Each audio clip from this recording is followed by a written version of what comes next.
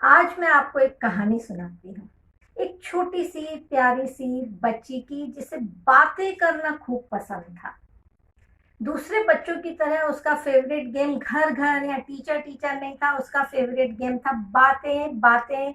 और वो ये बातें करती थी अपनी मम्मा के साथ, जब तक उनकी मम्मा थक ना जाए।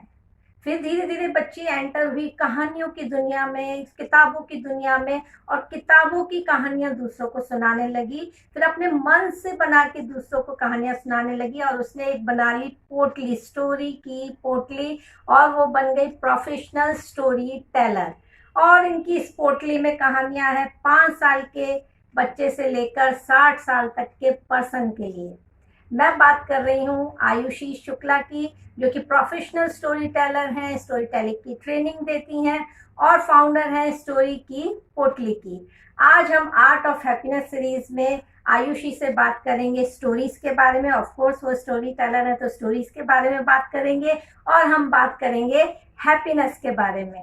Welcome Aayushi to Art of Happiness. Thank you so much, ma'am. Thank you. It's a pleasure to be a part of art therapy series. Thank you. Thank you. मैं आयुषी आपसे ये पूछना चाहती थी, जब हम छोटे थे तो हम कहानियां सुनते थे अपने दादी से, नानी से या अपने पेरेंट्स से। लेकिन पिछले कुछ सालों में एक नया फील्ड इमर्ज हुआ है स्टोरी टेलिंग का। तो आपने ये अनकन्वेंशनल पाथ चूज किया है, तो उसके पीछे की क्या कहानी है? डेफिनेटली मेरा पाथ अनकन्वेंशनल है, डिफरेंट है लोगों से। लोगों को कभी सुनने में लगता है कि अरे स्टोरी टेलिंग ये क्या है, स्टोरी टेलर ये कौन सा काम होता है। पर जो मजा आता है बच्चों को या बड़ों को कहानी सुनाने में, और उनके चेहरे पे वो जो खुशी आती है, वो satisfaction, I think that is beyond words, जिसको मैं कभी भी नहीं बयां कर पाऊंगी। लेकिन ये सिलसिला चालू हुआ, आप ये कह सकते हैं कि बचपन में जब मैं छोटी थी, तो जैसे आपने मुझे इंट्रोड्यूस किया कि भाई मैं ना टीचर का शौक है ना डॉक्टर का, बातें बातें। तो वो बातें क्या थी? वो बातें हमारी रोजमर्रा में जो स्कूल में जितना कुछ हैपनिंग्स होती थी उसको डिस्क्राइब करना। और वो कब वो छोटे छोटे किस्से, वो किस्से किस्से कब एक कहानी बन गए, और वो कब वो सारी कहानियां मैंने अपनी छोटी सी पोटली में भर ली। छोटी नहीं, आपकी पोटली बहुत बड़ी है। काफी बड़ी हो गई है वो ओवर द इयर्स वो पोटली काफी बड़ी हो गई है। तो मुझे भी नहीं पता ये कैसे हुआ। 2015 में I started working with Dainik Bhaskar as sub editor of Young Bhaskar.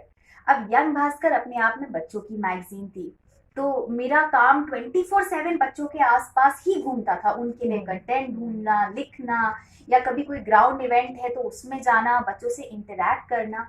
तो जब बच्चों से इंटरैक्ट किया तो ये महसूस हुआ कि इन बच्चों का कोई वास्ता ही नहीं रह गया है कहानियों से या बुक से।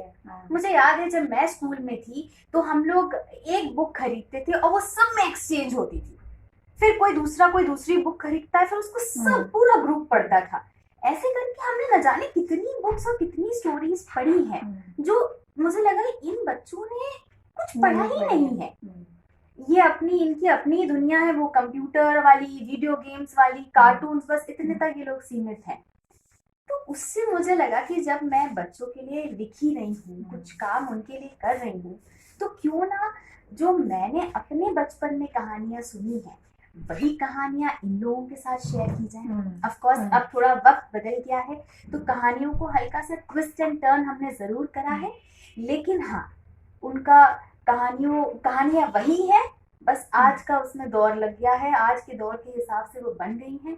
और बस वही कोशिश है कि हमारी कहानी जितने ज्यादा बच्चों और बड़ों तक पहुंच सके, क्योंकि कहानियों में हमें लगता है वो ताकत है कि कोई भी मुश्किल से मुश्किल बात भी बड़ी सरल भाषा में वो कह सकते हैं। तो बस इस तरीके से 2017 में आई स्टार्टेड स्टोरी टेलिंग।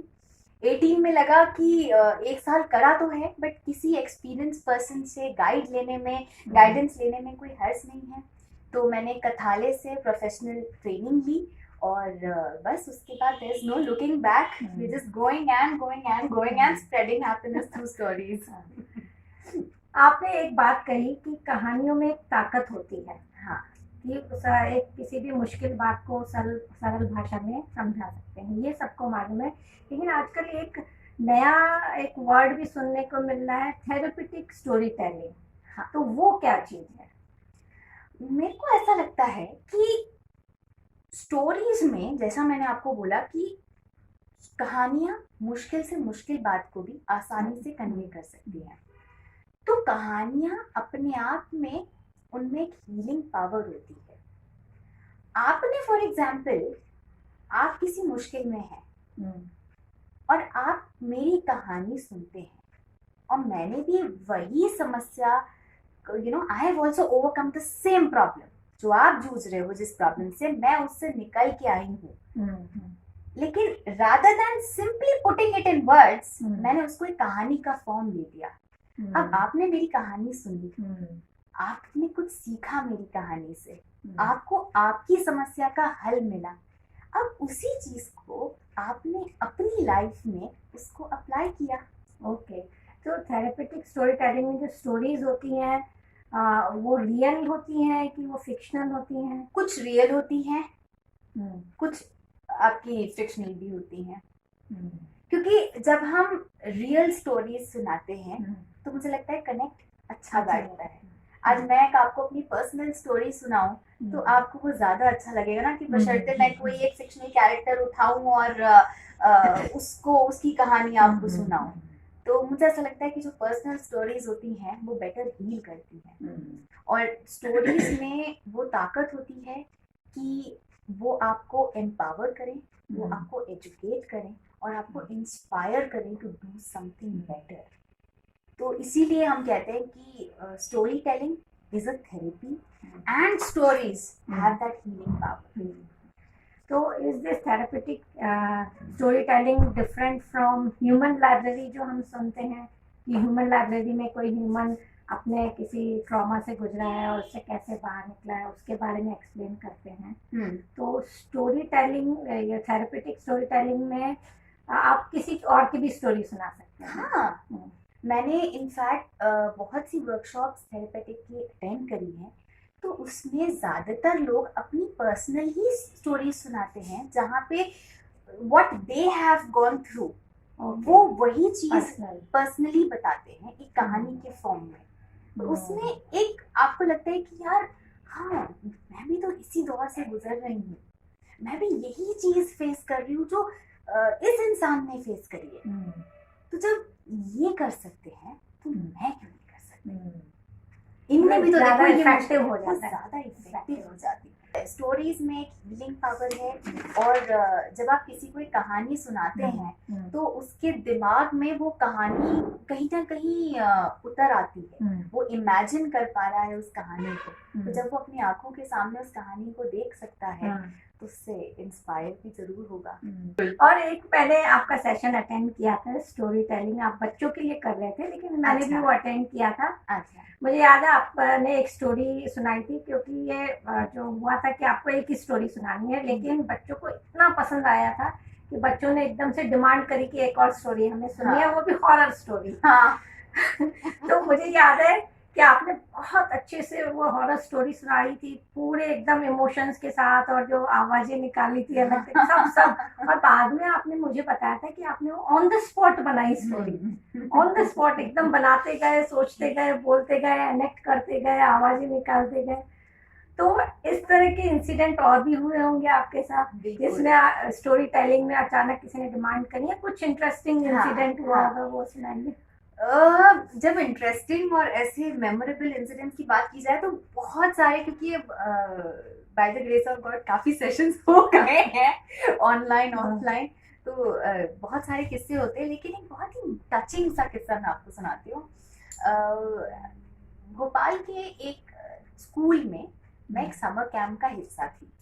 उस समर कैंप में मुझे स्टोरी टेलिंग एंड कम्युनिकेशन के सेशंस लेने होते थे। तो जब कैंप हमारा खत्म हुआ तो वहाँ के ओनर्स ने मुझसे रिक्वेस्ट किया कि पेरेंट्स बहुत इंटरेस्टेड हैं आपसे इंटरैक्ट करने में, तो how about we have a workshop for the parents.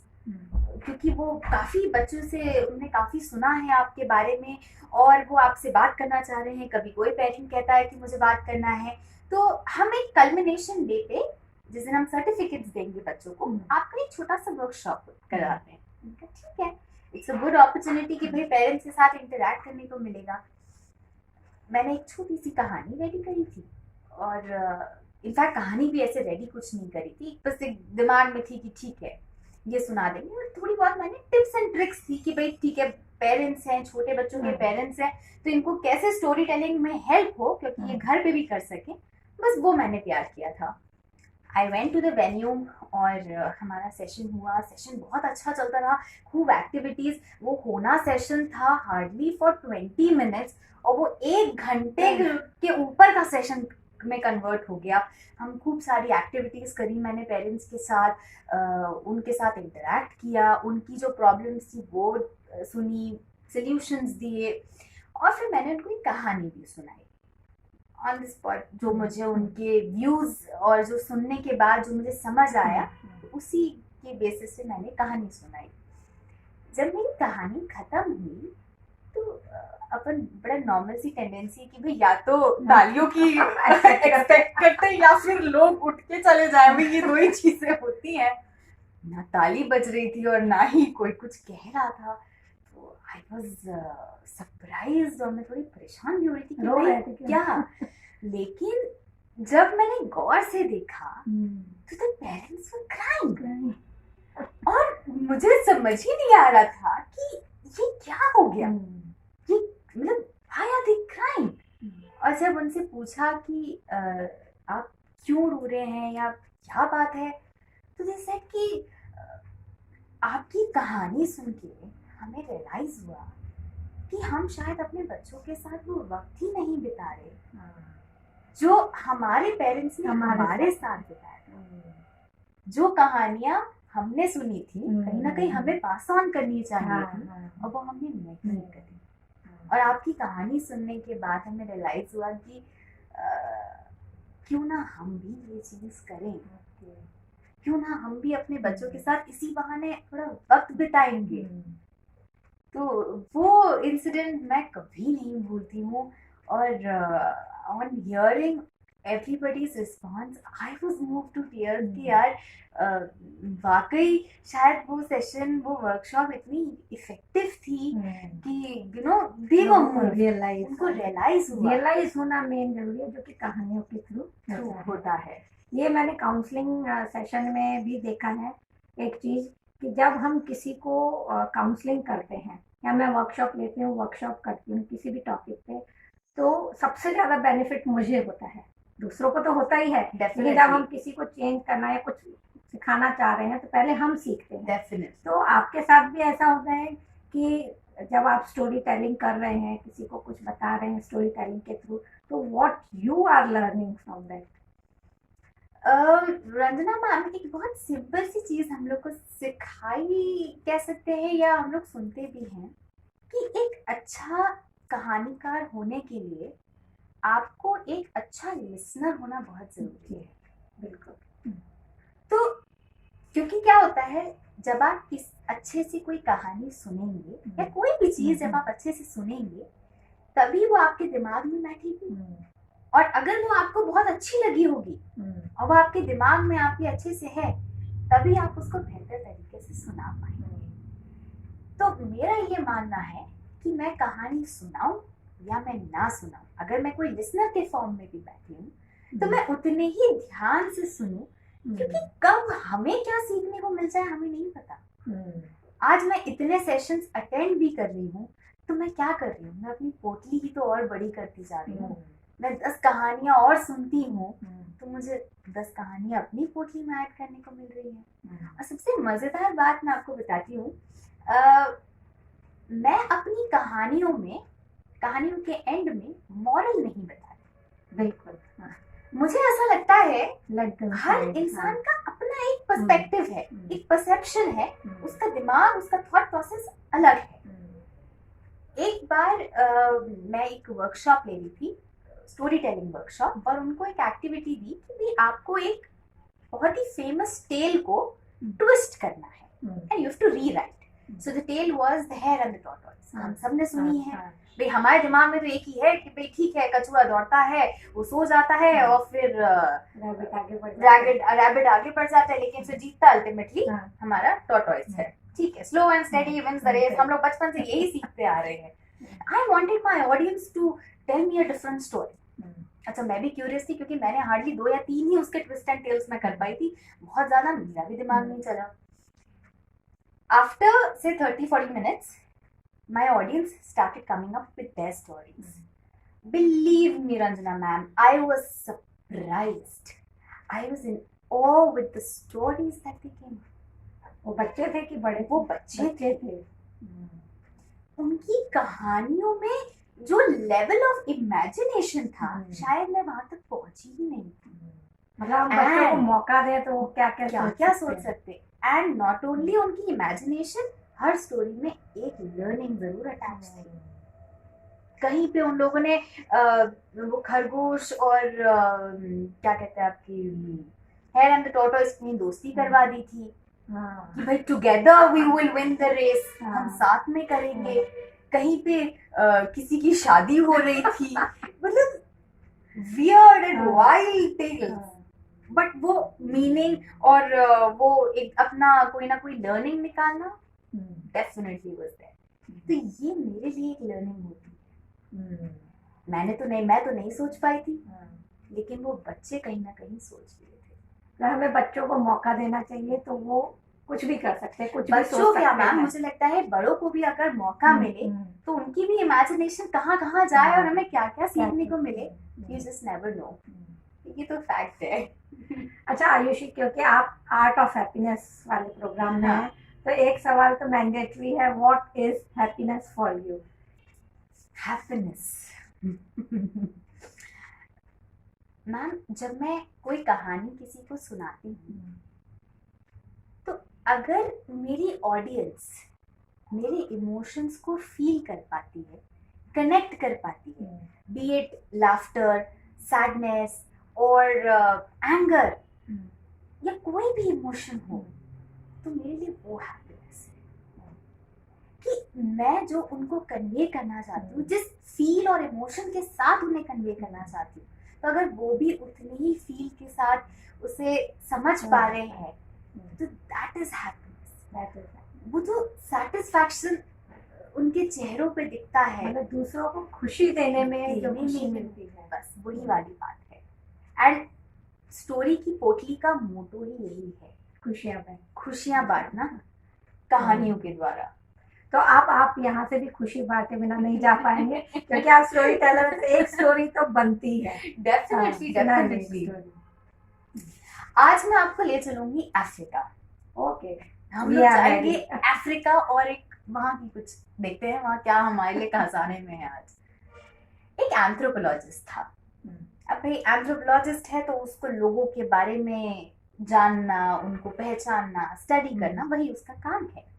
तो उसने सोचा कि क्यों ना आज मैं अफ्रीका चलूं और वहां देखूं कि वो लोग कैसे रहते हैं और उनका क्या तौर तरीका है। वो पहुंचा एक अफ्रीका के छोटे से गांव में।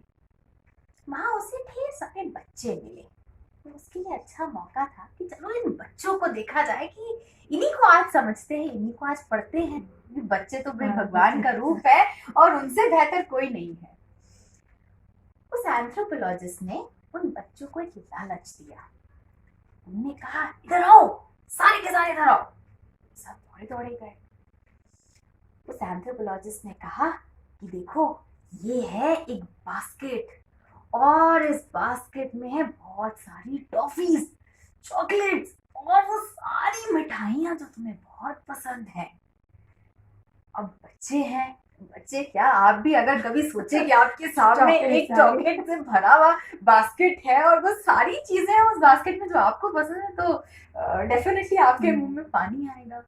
उन बच्चों के मुंह में वो पानी आ गया और उनकी आंखें चमक उठी। अगर ये बास्केट हमें मिल जाए तो कितना अच्छा होगा। ठीक है भाई, उस एंथ्रोपोलॉजिस्ट ने कहा, लेकिन एक शर्त है, जो बच्चा इस पेड़ से उस पेड़ तक सबसे पहले पहुंचेगा उसकी होगी ये बास्केट। ठीक है, बच्चे सब रेडी। एंथ्रोपोलॉजिस्ट ने किया on your mark set go. अब आपको क्या लगता है क्या किया होगा बच्चों ने? बच्चे दौड़े होंगे पेड़ को छूने के लिए। उसने भी यही सोचा था। एंथ्रोपोलॉजिस्ट ने सोचा कि भाई ये बच्चों की तो टेंडेंसी है कि वो सब दौड़ेंगे क्योंकि उन्हें वो बास्केट चाहिए जो उन्हें अल्योर कर रही है इस टाइम पे।